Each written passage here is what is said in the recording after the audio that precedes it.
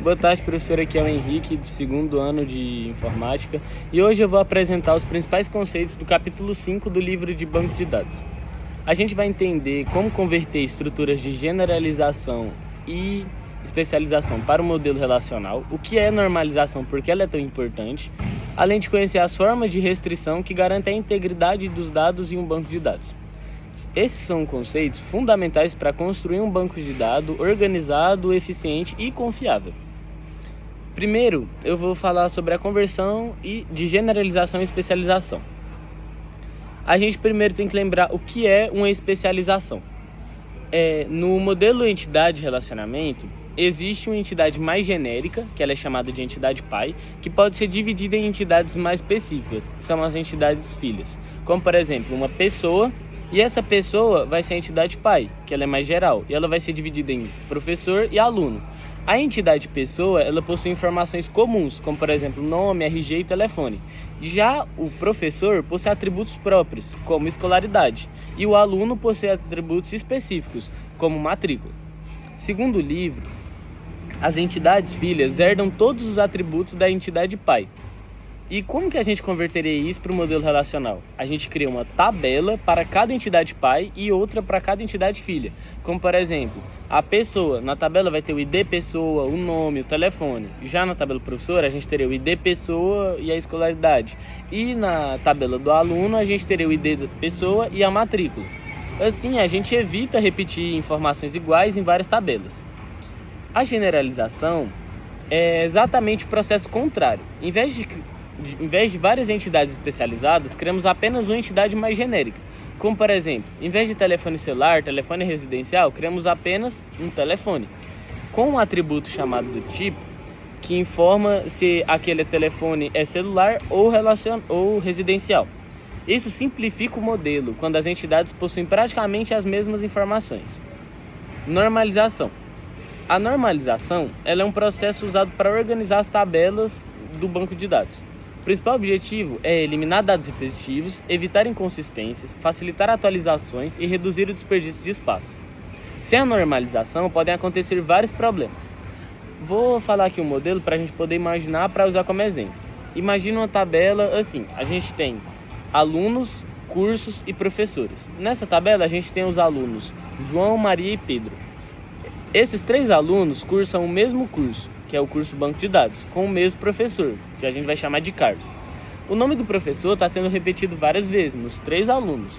E se o professor mudar de nome, será necessário alterar todas as linhas. E se esquecer uma delas, o banco de dados vai ficar inconsistente.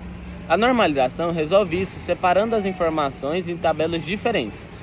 Por exemplo, vai ter a tabela aluno, vai ter a matrícula, o nome, tabela curso, vai ter o código, nome e o professor, e a tabela matrícula, vai ter a matrícula do aluno e o código do curso.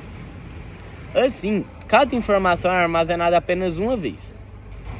As formas normais. As principais formas normais é a primeira forma normal, 1FN. Ela não permite atributos com valores no mesmo campo. Como, por exemplo, aqui um modelo faria errado seria, por exemplo, telefones. 9999,8888. O certo seria cada telefone ficar separado em um registro separado. Como eu acabei de falar, no caso ficaria o número do telefone, suponha, 9999, na frente é 888. Não pode ficar junto, cada um teria que ficar separado. A segunda forma é a segunda forma normal, 2FN. Remove dependências parciais. O que é isso? Todos os atributos devem depender da chave inteira. E temos a terceira forma normal, 3FN, onde vai remover dependências entre atributos que não fazem parte da chave. Assim, evitamos redundâncias desnecessárias. O quarto tópico aqui que eu vou falar são as formas de restrição. Além de organizar as tabelas, precisamos impedir que dados inválidos sejam cadastrados. Essas regras são chamadas de restrições. As principais são a chave primária, que a gente viu muito em aula, que ela identifica cada registro, como por exemplo, ID aluno, não pode repetir, também não pode ser nulo. E a gente tem a chave estrangeira, onde ela liga uma tabela a outra. Por exemplo, a matrícula de um aluno referencia a tabela aluno.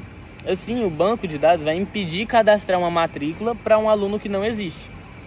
A gente também tem a restrição de domínio, que vai definir quais valores são permitidos. Exemplo, uma tabela onde vai perguntar o sexo da pessoa só vai aceitar masculino e feminino.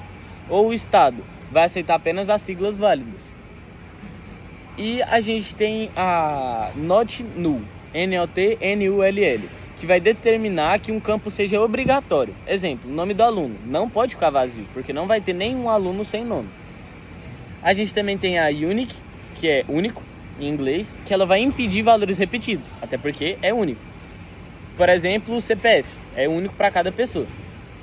A gente tem o cheque, que em inglês é cheque e em português vai ser checar.